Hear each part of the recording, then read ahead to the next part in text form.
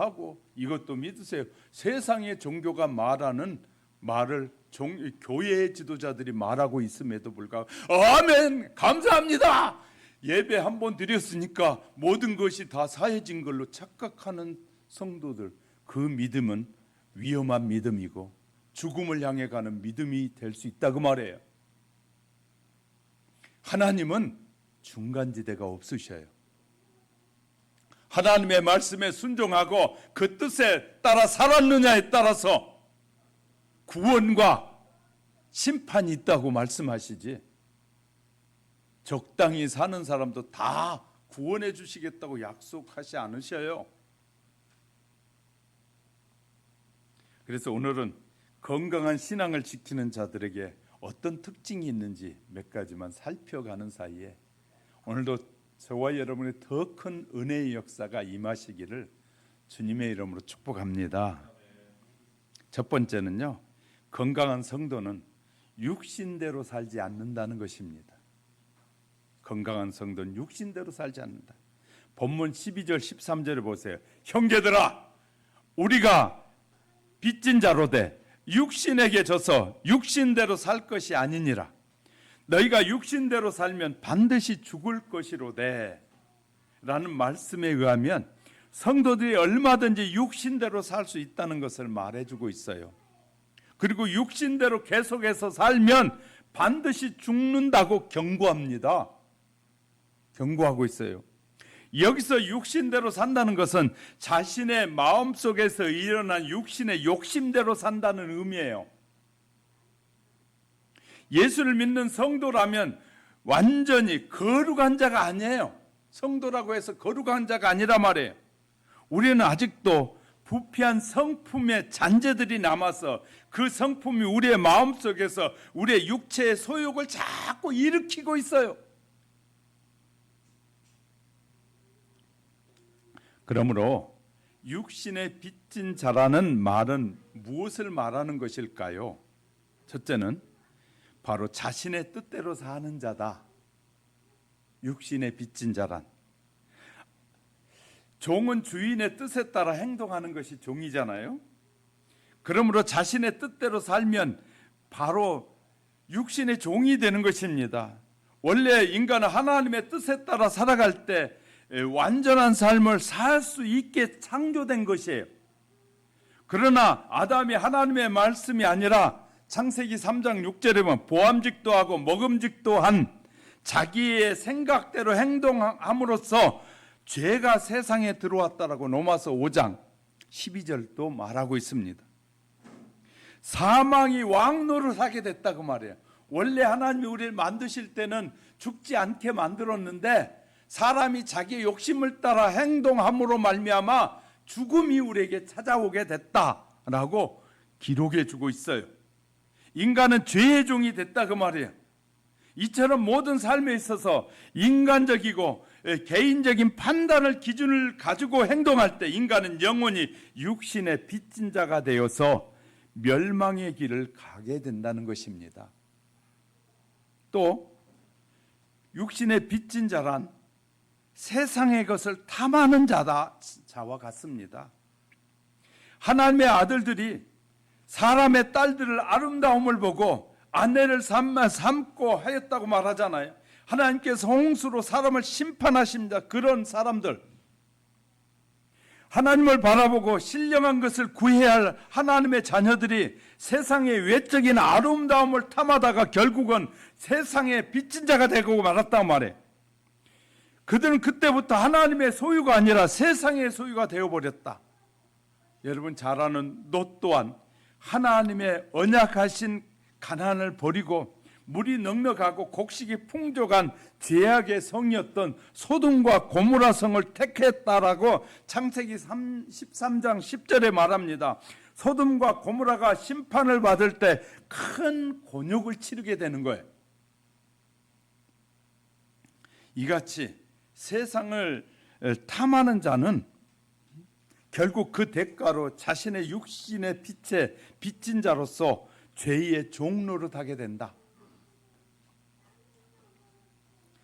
육신의 빚진 자란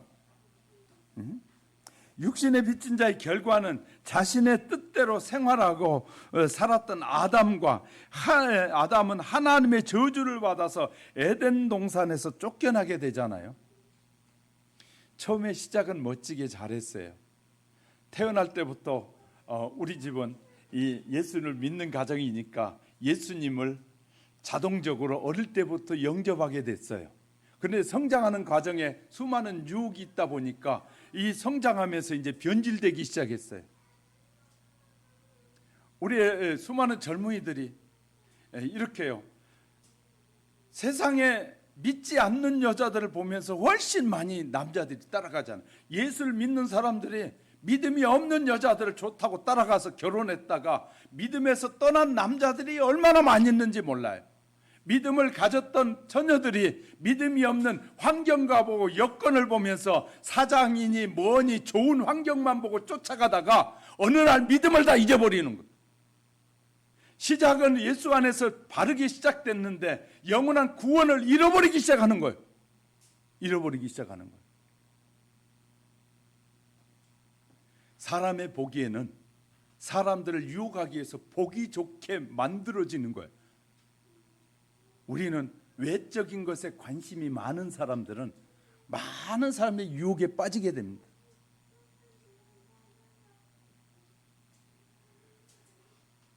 진짜 교회는 믿음이 좋은 처녀 총각들이 남아있어요. 믿음이 좋은 처녀 총각들이.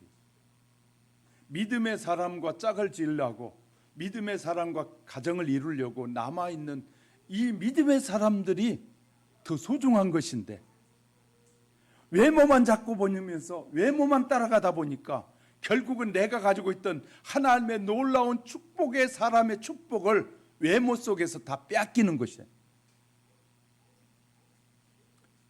정말 소중한 것은 그것을 바라보고 따라갔다가 구원할 수 있는, 다른 사람을 건져낼 수 있는 믿음이 없는 사람들이 결국은 수많은 자기의 생명까지도 잃어버리는 거예요.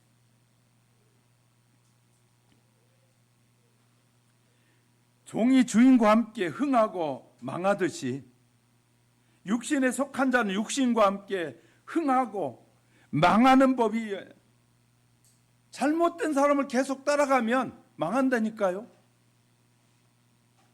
여러분에게 한번 물어볼게요. 여러분은 친구들 중에서 세상 친구의 말을 더 믿습니까? 교회 다니는 친구의 말을 더 믿습니까? 또 다시 물어볼게요. 여러분 세상 친구들이 뭐 훨씬 많습니까? 교회 친구가 훨씬 많습니까?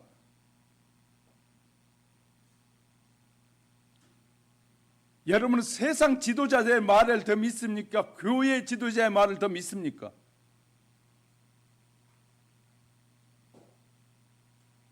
여러분 스스로가 생각해 보면 내가 병들어가고 있고 세상에 속해 가고 있다는 걸 알게 돼요.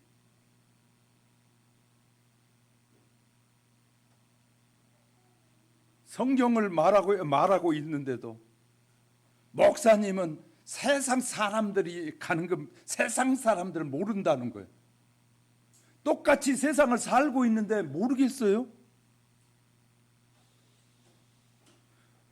본인의 이해가 부족하다는 사실을 모르는 거예요. 누구보다도 더 잘 알아요. 그런데 그 길이 까딱 잘못하면 믿음을 잃어버리고 모든 것을 다 빼앗기고 영적인 축복을 놓칠까 봐서 설마라도 그렇게 하지 말아야 된다고 외치는 거예요. 설마라도. 몰라서 그런 것이 아니다 말. 너무너무 세상을 따라가는 거예요. 그래서 우리는 그 사람이 믿음이 있는지 없는지 말을 통해서 다 드러나는 거예요. 세상의 부귀영화를 자꾸 쫓아가면 세상의 부귀영화에 빠진 거예요. 세상의 부귀영화가 자꾸 좋다는 것은 나도 모르는 사이에 세상의 혼합주의에 하나님보다는 세상이 좋아져 가고 있는 거예요. 영의 빚진 자란 무엇일까요? 영의 빚진 자는 성령의 뜻을 따라 사는 자라는 거예요. 자신의 삶에 있어서 인간의 뜻이 아니라 성령의 내적 조명에 귀를 기울이고 성령이 원하신 뜻대로 사는 자가 성령의 소유가 되는 것이에요. 오늘 성도는 항상 기도와 간구로 성령께서 우리에게 뭘 원하시는지 뜻이 무엇인지를 헤아리는 것이 성령의 사람이에요. 또한 성령의 뜻이 무엇인지를 우리에게 보여주는 가장 유일한 표준이 하나님의 말씀이 성경이에요. 성령은 늘 하나님의 말씀을 가지고 우리에게 깨닫게 하고 알게 하셔요. 성령은 성경을 벗어나서 말하지 않는다 그 말이에요. 성령님도 유일한 우리의 인생의 표준인 성경 말씀을 항상 상고하고 우리의 삶이 성령의 뜻을 따라 살아가야 한다 그 말이에요. 이것이 영의 빚진 자예요. 영의 빚진 자는 신령한 것을 구하는 자라는 뜻도 가지고 있어요. 사도 바울은 이 골로새서 3장 1절에서 이렇게 권면해요. 그리스도와 함께 다시 살리심을 받았으면 위의 것을 찾아야 된다. 그리스도와 함께 죽은 자 가운데서 부활함을 얻었다고 믿는다면 자꾸 하나님이 뭘 원하시는지, 하나님이 뭘 기뻐하시는지, 하나님께 어떻게 하는 것이 하나님이 좋아하시는지를 자꾸 찾는 것이 위의 것을 찾는 것이란. 어떻게 해야 좋은 집에 살까? 어떻게 해야 이 좋은 것만 먹을까? 어떻게 해야 내가 하고 싶은 대로 할까? 이것이 축복이라고 생각한다면 세상의 혼합주의에 자꾸 세상에 빠져가고 있는 거예요. 어떻게 해야 내가 시간을 더 드릴까? 하나님 앞에 내가 어떻게 해야 하나님과 더 좋은 관계를 가서 하나님의 음성을 듣고 하나님이 원하신 뜻으로 내가 살아갈까? 내가 어떻게 해야 조금이라도 더 주님이 원하신 뜻을 따라 살까? 이런 생각을 하는 것이 성령의 사람이에요. 성령의 빚진 자. 이게 얼마나 중요한 일인지 몰라요. 영에 속한 자는 신령한 것만을 찾게 되는 거예요. 사도 바울은 그래서 그리스도를 영접한 후에 세상의 모든 것을 배설물처럼 여겼다. 명예, 돈, 세상의 것, 그것은 배설물로 여겼다는 거예요. 십자가의 도가 깨달아지는 순간에 늘 그는 바라본 게 면류관을 바라본 거예요. 사도 바울은 늘 면류관, 하나님이 나를 위한 예비한 면류관, 그 면류관을 얻기 위해서 나는 한 걸음 한 걸음 주님의 뜻을 따라 살겠노라고 그렇게 살았다고 말해요. 성도들이 세상에 부귀영화가 없어도 우리 준비된 신령한 것만 바라보는 것이 우리 안에 소망이 넘치는, 그래야 그런 사람이 영의 빚진 자가 되는 것이에요. 영의 빚진 자의 결과는 육신에 속한 자가 육신과 함께 망하듯이 영에 속한 자는 예수 그리스도와 함께 흥하게 되는 것이에요. 신령한 영의 주인은 예수님이시잖아요. 그러므로 예수님께 속한 자는 마지막 심판날에 새 예루살렘과 새 땅에서 하나님의 백성이 되고 사망과 애통과 질병이 없는 영원한 삶을 살게 된다고 요한계시록 21장 1절부터 4절에서 약속하고 있잖아요. 예수님이 주시는 이 생명수로 영원히 목마르지 않고 살게 될 것을 약속하고 있어요. 사탄은 우리 속에 있는 육신의 소욕을 자꾸 부추겨서 헛된 것에다가 마음을 빼앗기게 하고 새 속에 끌려가도록 자꾸 유혹을 합니다. 그래서 우리가 요한일서 2장 6절에 육신의 정욕과 안목의 정욕과 이생의 자랑이 버려야 된다고 말하잖아요. 만일 성도 계속해서 그런 생활에 젖어 만성이 되어버리면 영적으로 깨어나지 못하고 반드시 죽음이라는 결과가 찾아온다고 말해요. 반드시 죽는다는 것은 반드시 지옥에 간다는 말이거든요. 지옥에 간다고 말해요. 오늘날 세상은 음란과 이 죄악으로 아무런 윤리적 도덕적 제재가 받지 않습니다. 윤리적으로 도덕적으로 제재를 받지 않아요. 그래 법으로도 만들어요. 가정이 파괴되고 남녀가 마음껏 즐기라고 하고 동물과도 즐기라고 하고 막 세상은 자꾸 우리를 이 잘못된 영원한 멸망의 세계로 이끌어가기 위해서 별짓을 다 해요. 요새 30대 40대들은 남편 외에 이 남자친구가 없고 이 여자친구가 없으면 병신이라는 말을 하면서 사람들을 남자친구가 없고 이 여자친구가 와이프나 남편 외에 있는 것이 자랑스럽게 여기고 그것이 좋은 문화라고 말하고 그렇게 즐기며 사는 것이 인생이라고 말하는데 그것을 수많은 사람들이 따라간단 말이에요. 이거 얼마나 심각한 우리 사회로 지금 변질돼 가고 있는지 몰라요. 그렇게 법이 만들어주잖아요. 간음죄도 폐기해버리고 이제 너희 마음대로 하고 싶은 대로 해라 이렇게 말하잖아요. 이것이 세상이에요. 세상. 그 문화 속에 우리가 가만히 주저앉아 있으면 나도 모르는 사이에 그렇게 빠져들게 될 거예요. 가끔 방송은 이런 것들을 합니다. 어느 민족은 다부 체제가 있는 나라가 있고 많은 한 여자가 많은 아내를 두는 나라가 있는가 하면 어느 나라는 이 많은 남편이 많은 아내를 거느릴 수 있고 이 아내가 많은 남편을 거느리는 나라가 있다고 소개하는 거예요.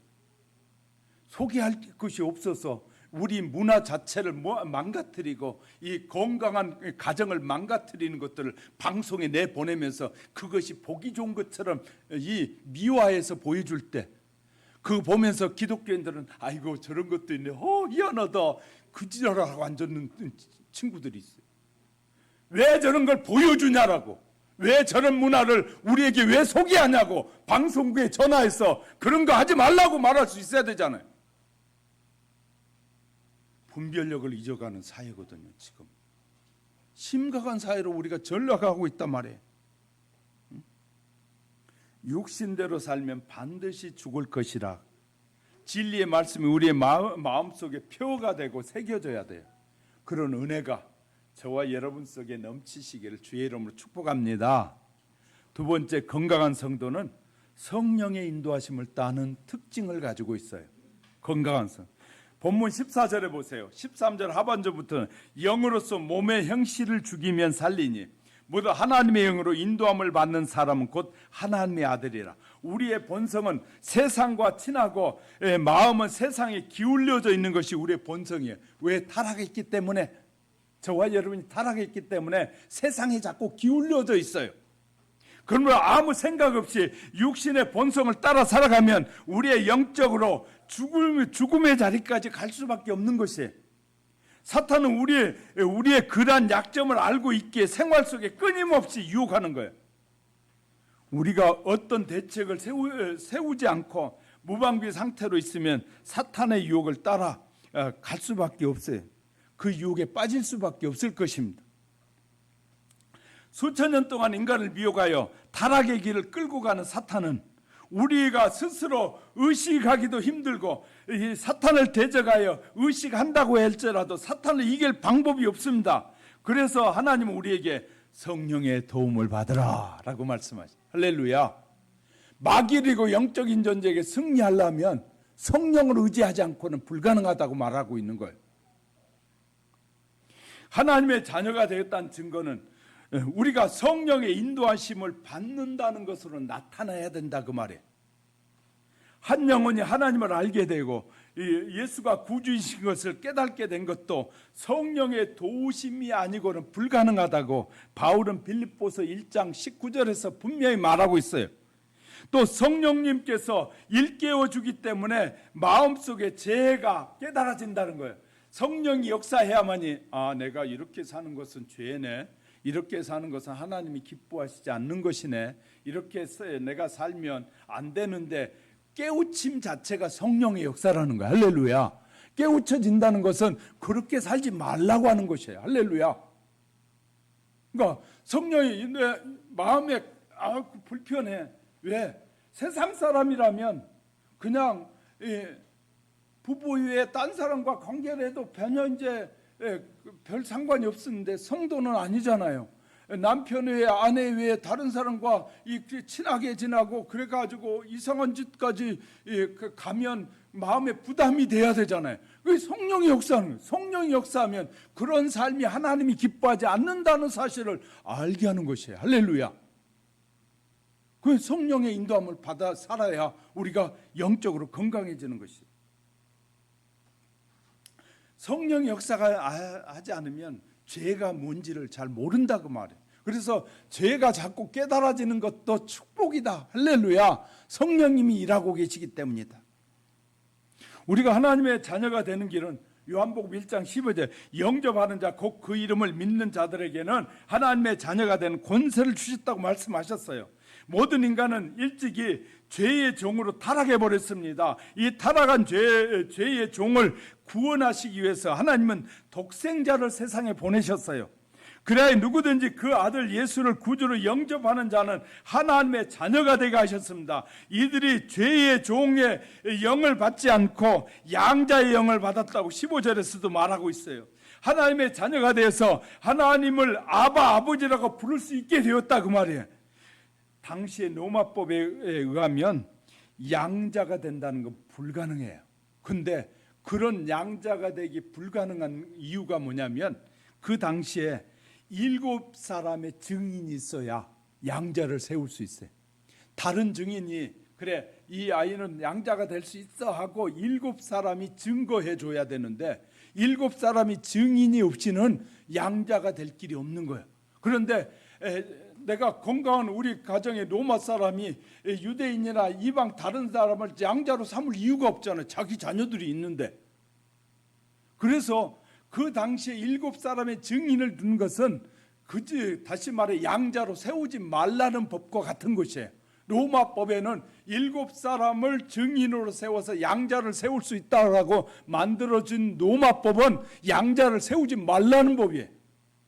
그런데 그런 로마에 있는 수많은 사람들을 향해서 하나님의 자녀가 양자가 되는 길이 있다라고 말하는 거예요. 그러니까 그 당시의 법과는 완전히 상충되는 법인 것 같아요.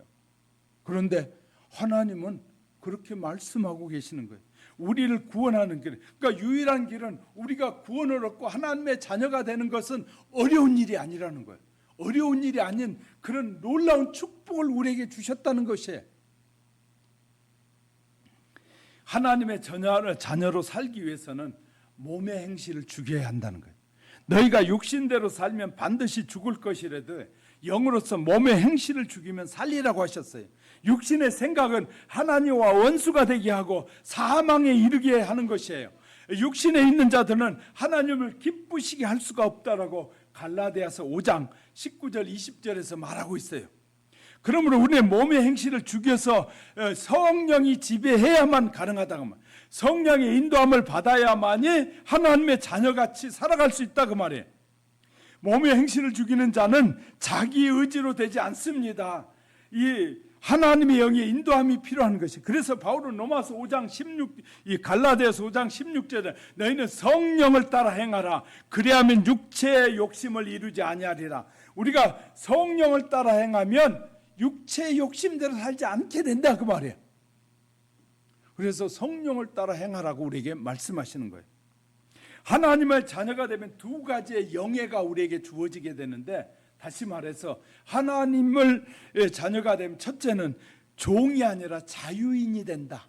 종이 아니라 자유인이 된다. 그리스도를 믿지 않을 때는 인간은 누구나 죄의 종으로 살아갈 수밖에 없다. 그래서 요한은 죄를 범하는 자마다 죄의 종이다라고 요한복음 8장 34절에서 말해요. 죄를 짓는 자는 죄의 종이 된다는 것이에요. 그런데 우리는 본래 죄의 종이었다고 로마서 6장 17절을 말하고 있어요. 우리는 예수 그리스도가 오기 전까지는 죄의 종이 될 수밖에 없었다는 거예요. 모든 환경과 여건이 다 그랬다는 거예요. 그런데 이제 죄의 종이 아니라 하나님의 자녀가 되는 이 죄의 종에서 자유함을 주는 법이 생겼는데 예수 그리스도를 믿을 때 주어지는 것이다는 거예요. 자, 이렇게 종의 신분이 영원히 사라지는 것, 이 하나님의 자녀가 되는 영예, 다시 말해 명예가 주어졌다. 또 하나는 하나님의 후사가 된다는 것이. 자, 하나님의 자녀가 됐다는 것은 상속인이 됐다는 말입니다. 하나님의 것이 나의 것이 된다는 것이에요. 이해되셨으면 아멘. 절 보세요.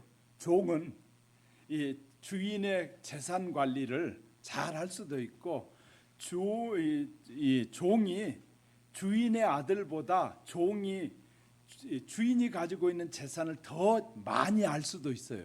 그러나 종은 절대로 자기 것이 되지 못해요. 그런데 자식은 놀라운 것은 하나님의 이 후사가 됐다는 것은 조건이 없어요. 하나님의 자녀가 되면 조건 없이 하나님의 것이 내 것이 된다는 거예요. 할렐루야. 내가 아무것도 안 했는데도 불구하고 하나님의 것이 내 것이 됐다고 말.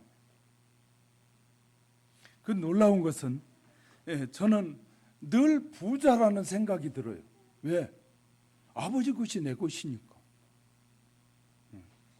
아멘 안 하신 거 보니까 여러분은 하나님의 것 따로 여러분 것 따로 그런가 보네요. 저는 늘 그 마음의 부자로서 사는 거예요. 왜냐하면 하나님의 것이 내 것이니까. 그래도 아멘 안 하시네요. 여러분 것은 그냥 여러분 것 하세요. 저는 하나님 것은 다 내 것이라고 나는 생각해요. 왜? 내가 나를 자녀 삼아 주셨으니까, 나를 양자 삼아 주셨으니까 하나님의 것은 내 것이다. 그러니까 저는 가끔 그래요.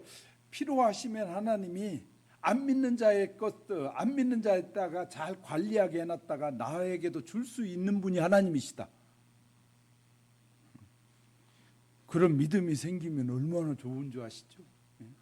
그러니까 안 믿는 자들이 큰 소리 치고 부자라고 해도 나는 콧방귀 끼는 거야. 웃기지 마라. 우리 아버지 거야. 이렇게 여러분의 생각이 들면 얼마나 자유한지 몰라요. 편안해진지 몰라요. 내일 아침 끈이가 없어도 걱정이 안 돼야 돼요. 왜? 모든 것이 아버지 것인데. 성령님이 우리의 마음속에 진리를 깨닫게 하셔서 영적인 것을 느끼게 하고 바른 판단과 결정을 하도록 마음에 감동, 감화를 주시는 거예요. 그래서 성령님께서 성령의 소욕이 된다는 것은, 성령의 사람이 되는 것은 성령님께서 우리 안에 감동을 주시고 감격을 주셔서 하나님이 기뻐하신 일을 하도록 마음을 주시는 거예요. 그래서 늘 이렇게 제가 말씀드리잖아요. 여러분, 교회를 위해서, 하나님의 나라를 위해서 뭔가 하고 싶은 마음이 생기는 것은 하나님이 주신 것이에요. 그런데 그것이 그 순간을 하지 않으면, 내가 실천하지 않으면 금방 잊어버려요. 그러면 축복을 빼앗기는 것이에요. 축복을 빼앗기. 하나님은 우리에게 감동과 감화를 주신 것은 그것을 함을 통해서, 순종함을 통해서 다른 것을 주시려고 하는 거예요. 할렐루야.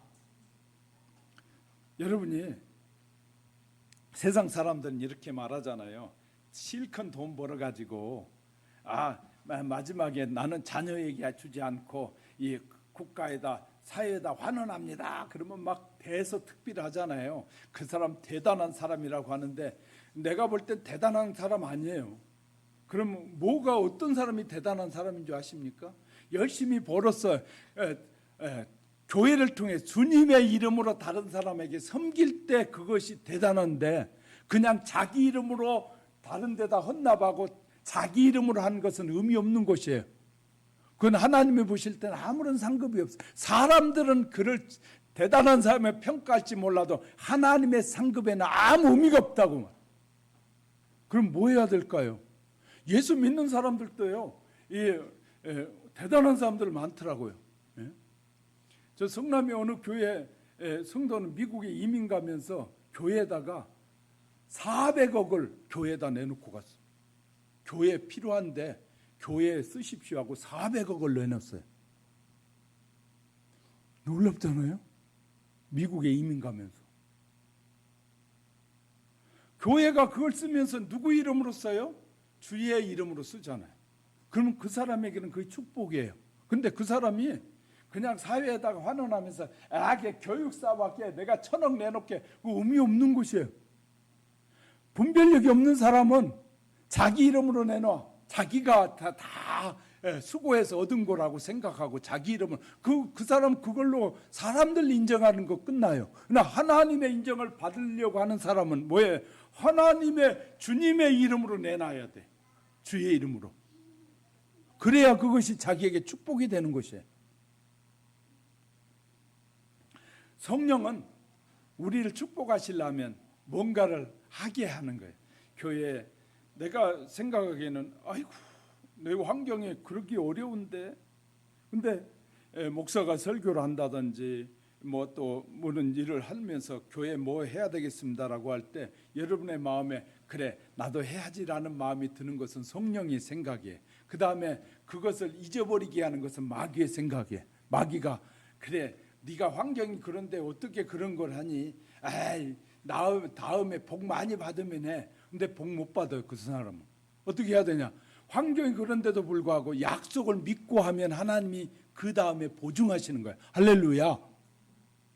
근데 이것을 성경의 원칙을, 축복의 원칙을 잘 모르는 사람은 나중에 받아서 하지 그래. 받아서 하면 평생 못해 그 사람. 마귀는 이렇게 말해요. 나중에 해도 돼. 나중에 누군가가 하겠지. 누군가가 자기가 받을 축복을 누군가에게 빼앗기는 어리석은 인생이 되는 거예요. 우린 잘 하셔야 돼요. 이렇게 성령은 우리에게 어떤 감동과 이런 감화를 주셔서 하게 하시는 것은 우리로 하여금 축복의 길을 갖게 하시려고. 육체의 소욕은 자꾸 거부해. 야 어디 있는데 네가 그래? 없잖아.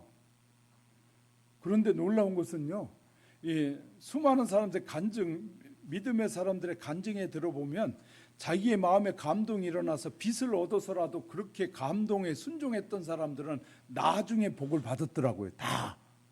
그런데 그 감동을 빼앗겨버린 사람들, 모세에게 사탄에게 미혹에게 빼앗긴 사람들은 나중에 가보면 후회해.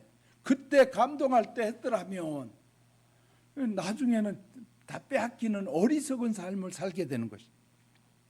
그래서 성령의 인도함을 잘 받는 것이 특징이다. 세 번째, 건강한 성도는 고난도 즐겁게 참가하는 거예요. 고난도 즐거워해. 17절에 보세요. 자녀이면 또한 상속자, 곧 하나님의 상속자요 그리스도와 함께 상속자니 우리가 그와 함께 영광을 얻기 위하여 고난도 함께 받아야 할 것이니라.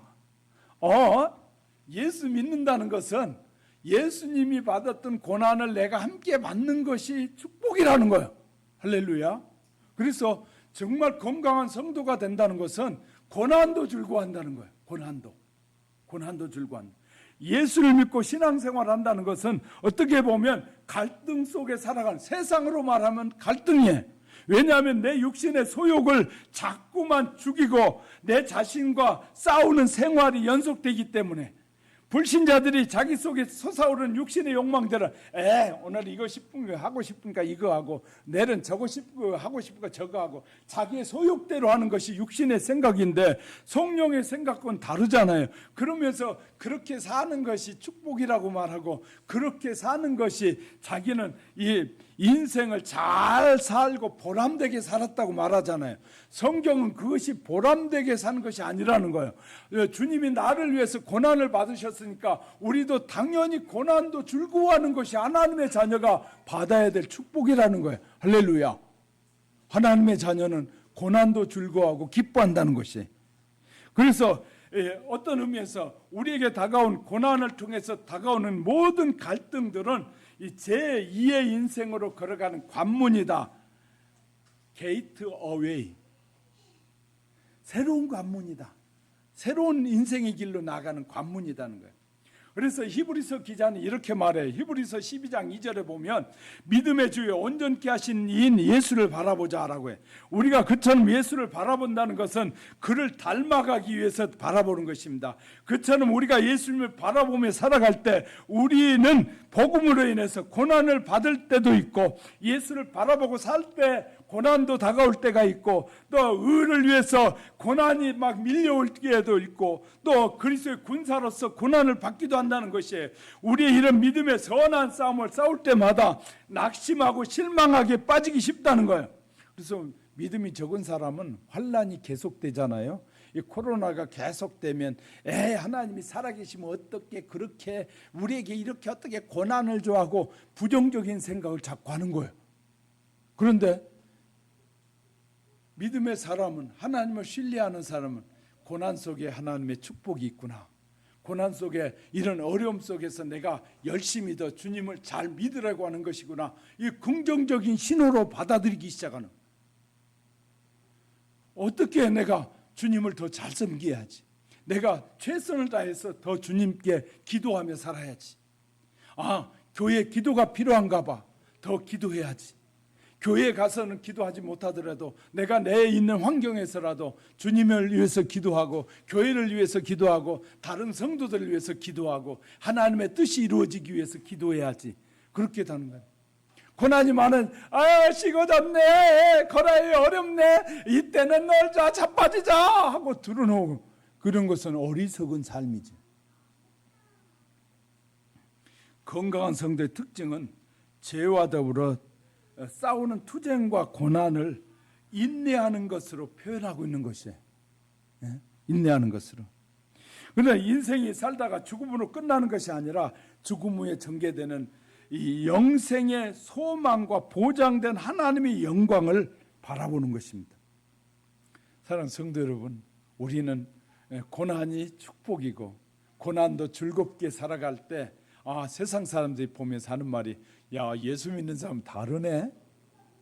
다른 사람들은 고난이 오면 쉽게 선택하는 것이 뭐예요? 자살이라는 것을 선택하잖아요. 그래서 쉽게 해결해 보려고, 그 문제를 쉽게 해결해 보려고 하는데, 그리스도인은 이 고난을 나를 다지고 나를 다시 한번 준비하고 다시 한번 새롭게 하는 기회가 되는 것이 고난이에요. 그러므로 고난은 축복이다, 새로운 길로 나가는 길이라는 것이.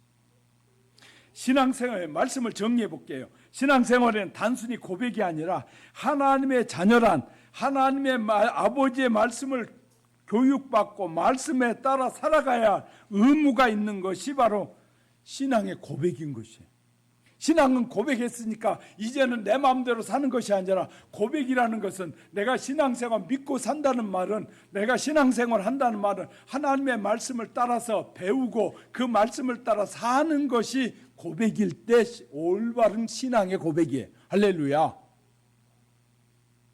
가끔 이제 그러잖아요. 좋은 연인 관계에서 말로만 하는 사람들이 나중에 문제가 되잖아요. 말로만 했다가 나중에 실천을 못하면 그것 때문에 사랑에 문제가 생겨서 심각한 문제까지 이를 때가 많잖아요. 말만 하는 것이 아니라 실천할 때 사랑이 분명해지는 거예요. 할렐루야. 내가 약속한 것을, 상대방에게 약속한 것을 실천할 때 그것이 사랑이 완성되어져 가는 거예요. 할렐루야. 실천하려니까 여러 가지 어려움도 있고 시련도 있어요. 그것을 다 극복할 때 사랑이 완성되어지는 것이다. 사랑은, 세상 사람들이 말하는 사랑은 육체적인 사랑이고, 교회에서 말하는 사랑은 그 사랑의 열매가 맺혀진다는 거예요. 할렐루야. 수많은 고난과 시련을 통해서 맺어지는 그 사랑이 진짜 사랑이라는 것입니다. 우리 화영교회 성도 여러분, 우리가 진짜 예수님을 잘 믿으십시다. 건강한 성도로 끝까지 살아가십시다. 우리의 신앙이 흔들림 없이 주님을 닮아가고 주님의 뜻을 이루어가는 신실한 사람들로 남을 수 있기를 주님의 이름으로 축복합니다. 그를 끝까지 결단하고 인내하면서도 하나님의 말씀에 귀를 기울이고 성령의 음성에 귀를 기울이면서 힘차게 살아가는 우리 모두가 되어지시길 주의 이름으로 축복합니다. 기도하겠습니다.